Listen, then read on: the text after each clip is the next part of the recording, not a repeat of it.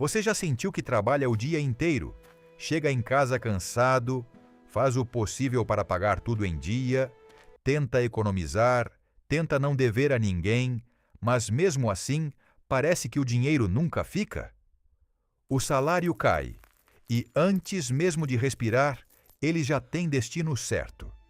Conta de luz, aluguel, mercado, combustível, cartão, parcela, emergência, remédio, boleto atrasado.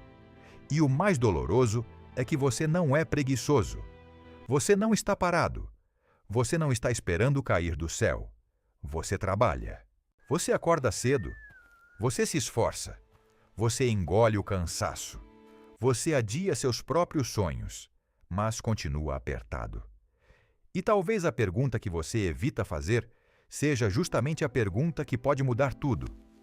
Será que o problema é só falta de dinheiro ou também falta de sabedoria para lidar com aquilo que Deus já colocou nas suas mãos?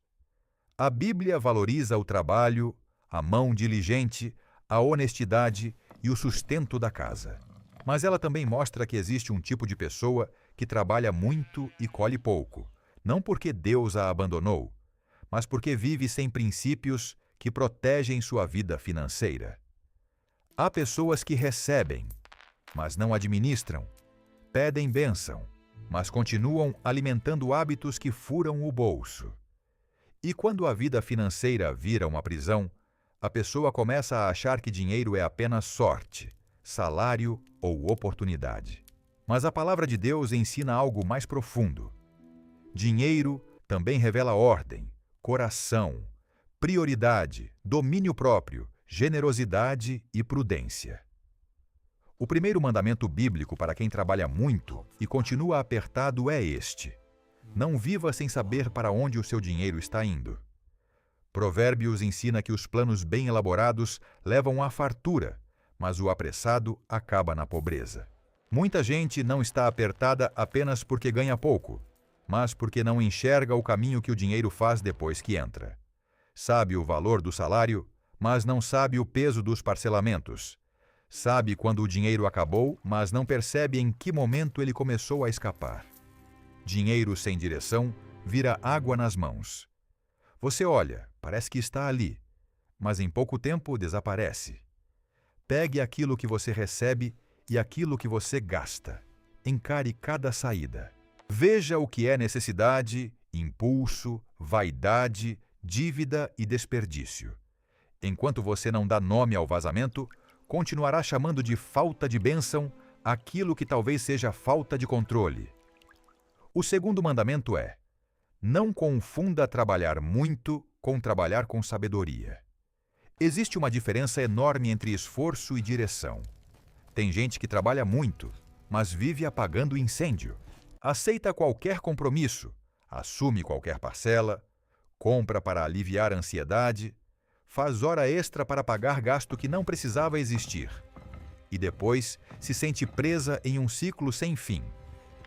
Trabalhar muito sem sabedoria pode virar uma roda de hamster. Você se move o tempo todo, se cansa o tempo todo, mas não avança. Às vezes o que falta não é mais força, é mais direção. Você pode estar pedindo a Deus energia para continuar correndo, quando deveria pedir discernimento para saber para onde está correndo. Sabedoria é fazer o dinheiro novo servir ao futuro, não apenas ao impulso do presente. O terceiro mandamento é: não se torne escravo das dívidas. A Bíblia diz que o devedor é servo do credor. Essa frase é simples, mas profunda. Dívida não é apenas um número. Dívida pesa na mente, aperta o peito, rouba o sono, interfere no casamento, tira a alegria da mesa e faz a pessoa viver com medo de ligação, mensagem e vencimento. Existem dívidas que nascem de emergência real, de doença, de desemprego, de necessidade. Mas também existem dívidas que nascem de pressa, comparação, orgulho e falta de domínio próprio. Sair da dívida exige humildade. Humildade para parar de fingir que está tudo bem, negociar, cortar gastos, dizer agora eu não posso, adiar compras e assumir que certas escolhas foram feitas no calor da emoção. O orgulho mantém muita gente endividada. A pessoa prefere parecer bem do que ficar livre. Mas melhor é uma vida simples com paz do que uma vida impressionante por fora e sufocada por dentro. O quarto mandamento é: não despreze os pequenos gastos. Jesus ensinou que quem é fiel no pouco também é fiel no muito.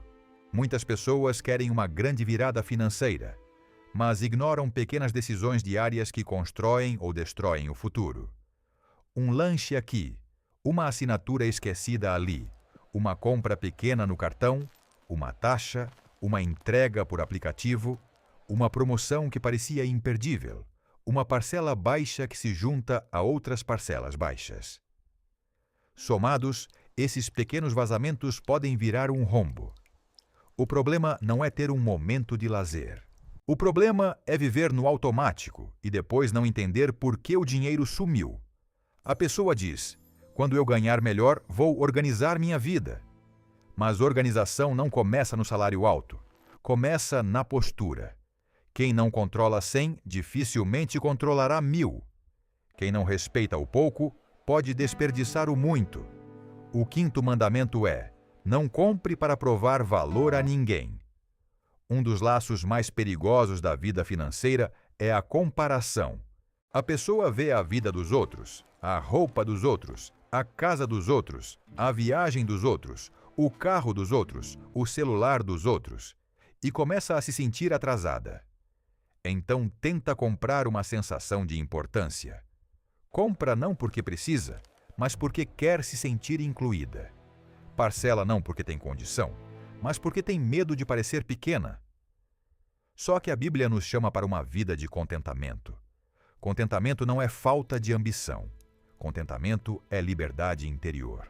A comparação faz você gastar dinheiro que não tem para impressionar pessoas que não pagam seus boletos.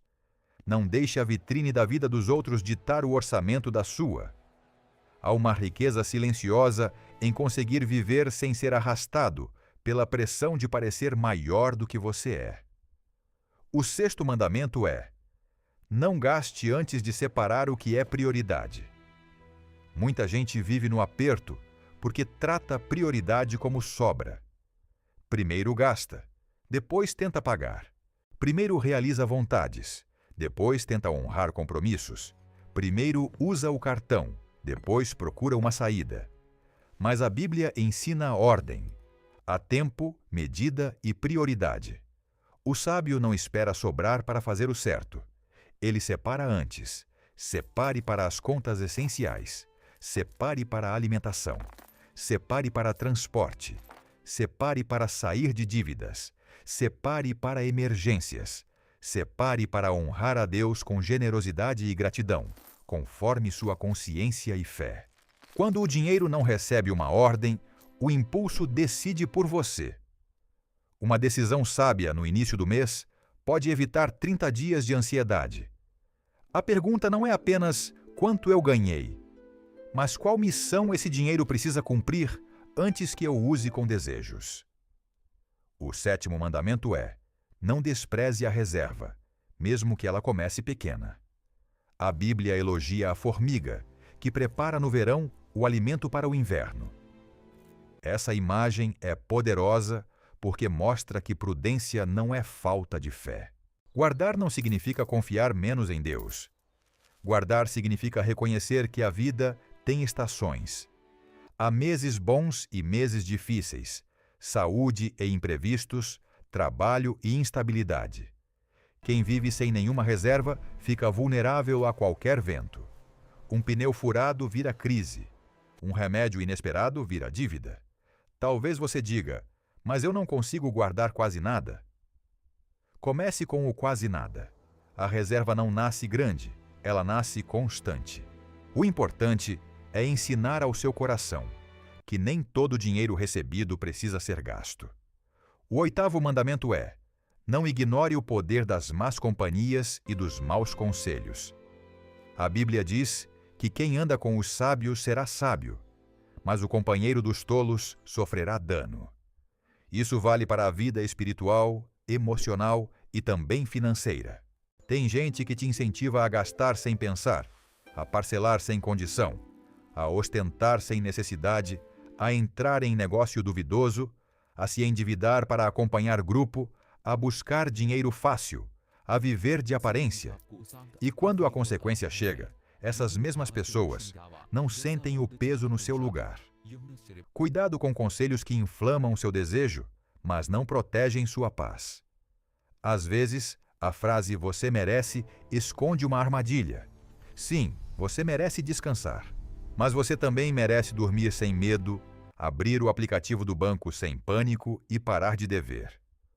O 9º mandamento é: não coloque o dinheiro no lugar de Deus, nem espere que Deus faça a parte que é sua. Esse equilíbrio é essencial. Há pessoas que adoram o dinheiro e chamam isso de ambição. Vivem como se a paz estivesse sempre no próximo aumento, na próxima venda, no próximo contrato. Nunca basta. Mas também há pessoas que usam a fé como desculpa para não agir. Dizem que Deus vai prover, mas não planejam, não aprendem, não cortam excessos, não negociam dívidas, não desenvolvem habilidades. A Bíblia não apoia nenhum dos dois extremos. Ela nos chama a confiar em Deus e agir com responsabilidade.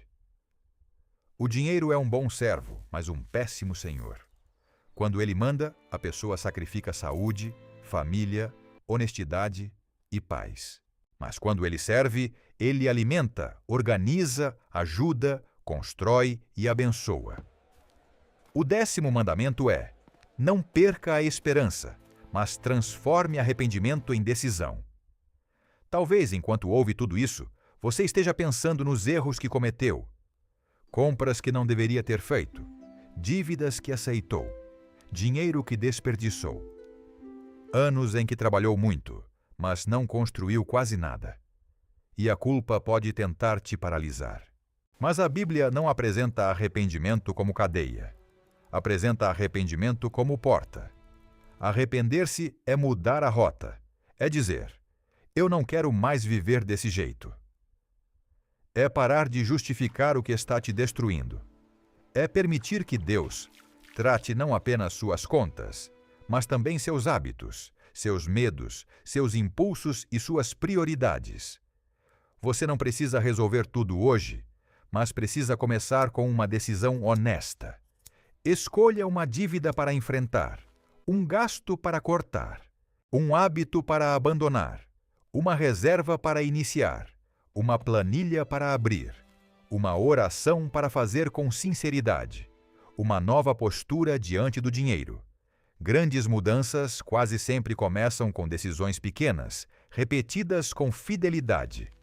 O que você não pode é continuar vivendo como se o aperto fosse seu destino definitivo. Deus vê o seu esforço. Ele sabe quantas vezes você trabalhou cansado. Sabe quantas vezes você fez conta em silêncio. Mas Deus não quer apenas te consolar no aperto. Ele quer te ensinar a sair dele com sabedoria. Trabalhar muito não precisa ser sinônimo de viver apertado para sempre. O trabalho honesto é semente. A sabedoria é cerca ao redor da semente. A disciplina é água. A fé é raiz. E o tempo revela o fruto. Se você unir esforço com direção, oração com atitude, contentamento com planejamento, generosidade com prudência, algo começa a mudar. Talvez não do dia para a noite, talvez não como mágica, mas muda. A paz volta aos poucos, a clareza volta aos poucos, a coragem volta aos poucos. E aquilo que antes parecia impossível começa a se tornar caminho. Então, antes de pedir apenas mais dinheiro, peça também mais sabedoria. Peça coragem para olhar para a sua realidade sem fugir. Peça domínio próprio para dizer não ao que te prende. Peça humildade para recomeçar. Peça discernimento para não confundir desejo com necessidade. Peça força para honrar compromissos e paciência para reconstruir. Porque uma vida financeira abençoada não é apenas uma vida com mais entrada, é uma vida com mais ordem, mais paz e mais fidelidade. Se hoje você trabalha muito e continua apertado, não receba esta mensagem como condenação, receba como direção. Deus não terminou sua história no boleto atrasado, na dívida acumulada, no salário curto ou na ansiedade do fim do mês.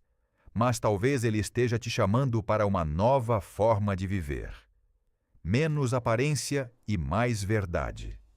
Menos impulso e mais prudência. Menos comparação e mais contentamento.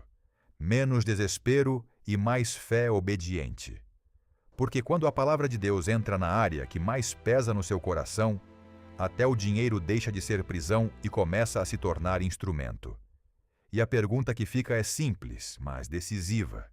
Qual desses mandamentos você precisa obedecer primeiro? Não tente mudar tudo de uma vez e depois desistir. Comece pelo ponto que mais está ferindo sua paz. Se é dívida, enfrente. Se é descontrole, organize. Se é comparação, desligue-se da aparência. Se é falta de reserva, comece pequeno. Se é falta de prioridade, dê uma missão ao seu dinheiro. O importante é não continuar igual. Que a partir de hoje o seu trabalho não seja apenas cansaço, mas construção. Que o seu salário não seja apenas passagem rápida pela sua conta, mas ferramenta de ordem. Que a sua fé não seja desculpa para fugir da responsabilidade, mas força para tomar decisões melhores. Que Deus te dê provisão, sim, mas também te dê sabedoria para não desperdiçá-la. Porque quem aprende a administrar o pouco com fidelidade, se prepara para receber o muito sem se perder.